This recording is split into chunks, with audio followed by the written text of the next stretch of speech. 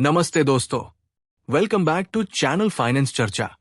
आज हम बात करेंगे एक ऐसे टॉपिक पे जो हर किसी की जेब और फ्यूचर दोनों पे इफेक्ट डालता है। इन्फ्लेशन यानी महंगाई। क्या है इन्फ्लेशन, इंडिया में आज के टाइम पे क्या हालत है, और सबसे इंपॉर्टेंट, आपके पर्सनल फाइनेंसेस पे इसका क्या इंपैक्ट पड़ता है।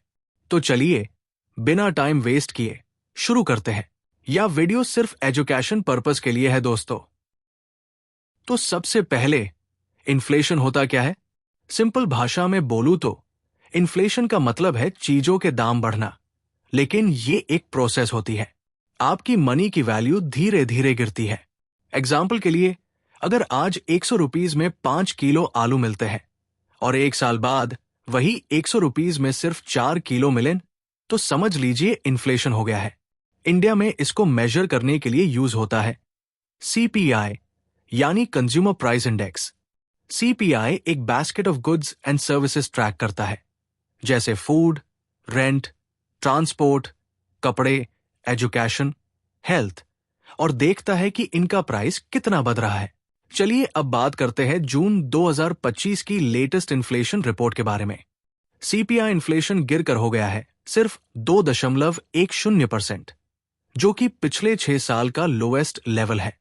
फूड इन्फ्लेशन तो और भी कम, 1.06%, यानी कुछ फूड आइटम्स के दाम एक्चुअली गिर गए हैं।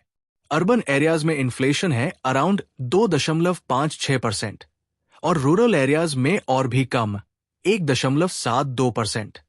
सेक्टर वाइज देखें तो housing inflation 3.24%, education 4.37%, health 4.43%, transport 3.9%। तो दोस्तों, ओवरऑल इन्फ्लेशन तो कम है, लेकिन कुछ सेक्टर्स में प्रेशर अभी भी है। अब सवाल आता है, इन्फ्लेशन इतना नीचे क्यों आया? सबसे बड़ा रीजन है फूड प्राइसेस का गिरना। पल्सेस, वेजिटेबल्स, सीरियल्स, सबका प्राइस नीचे गया है ड्यू टू अच्छी हार्वेस्ट और बेस इफेक्ट। दूसरा रीजन है आरबीआई की पॉलिसी। आरबीआई ने जून 2025 में रेपो रेट कट किया। अब वो 5.50% पे है। कैश रिजर्व रेशियो भी कम किया गया है, जिसे बैंक्स के पास ज्यादा पैसा है लोन देने के लिए, ग्रोथ को बूस्ट करने के लिए। फाइनेंस मिनिस्ट्री का कहना है कि FY26 में इन्फ्लेशन सिर्फ 3% के आसपास रहने का एस्टिमेट है। अब आते हैं सबसे इंपॉर्टेंट पार्ट पे। इन्फ्लेशन आपके फाइनेंसेस को कैसे इफेक्ट करता है? Number 1, purchasing power. अगर 10 साल तक 7% इन्फ्लेशन रहा, तो आज का 1 करोड़ सिर्फ 50 लाख के बराबर होगा। Number 2, savings. अगर आपका फिक्स डिपॉजिट सिर्फ 4% दे रहा है और इन्फ्लेशन 5% है, तो आपका पैसा रियल टर्म्स में घुट रहा है। Number 3, loans EMIs। Repo rate गिरने से फ्लोटिंग रेट लोन्स पे EMI कम हो सकती है, लेकिन फिक्स्ड इनकम वाले व्यक्ति के लिए रिटर्न्स कम हो जाते हैं। Number 4, investments.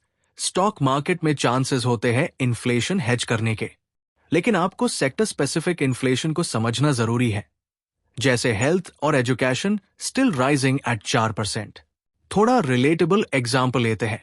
आप ग्रोसरी खरीदने जाते हो, दाम कम लगे, लेकिन स्कूल फीस, रेंट और डॉक्टर की फीस वैसे ही बढ़ती जा रही है। या सोचिए, आपने 10 लाख रुपीस बैंक में रखा बिना इंटरेस्ट के।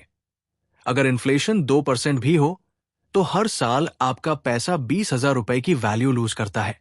तो दोस्तों, इन्फ्लेशन लो हो या हाई, इसका रियल इंपैक्ट हर किसी पे अलग पड़ता है। अब बात करते हैं कुछ सिंपल टिप्स की, जो आपको इन्फ्लेशन से बचने में मदद करेंगे। 1, डाइवर्सिफाई करो।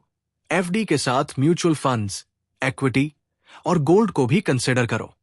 2, इन्फ्लेशन लिंक्ड प्रोडक्ट्स, जैसे RBI के इन्फ्लेशन बॉन्ड्स या date funds. 3, retirement planning. Future expenses को 6-7% एनुअल इन्फ्लेशन से प्रोजेक्ट करो। 4, बजट रिव्यू। हर 6 महीने में एक्सपेंसेस एनालाइज करो। एजुकेशन और मेडिकल जैसे एरियाज पे ध्यान दो। 5, लोन स्ट्रैटेजी। इंटरेस्ट रेट के ट्रेंड के हिसाब से फ्लोटिंग या फिक्स्ड चूज करो। तो RBI क्या सोच रहा है? जून में इन्फ्लेशन गिर के 2.10% आ गया, तो आरबीआई ने सिग्नल दिया कि और रेट कट्स पॉसिबल है।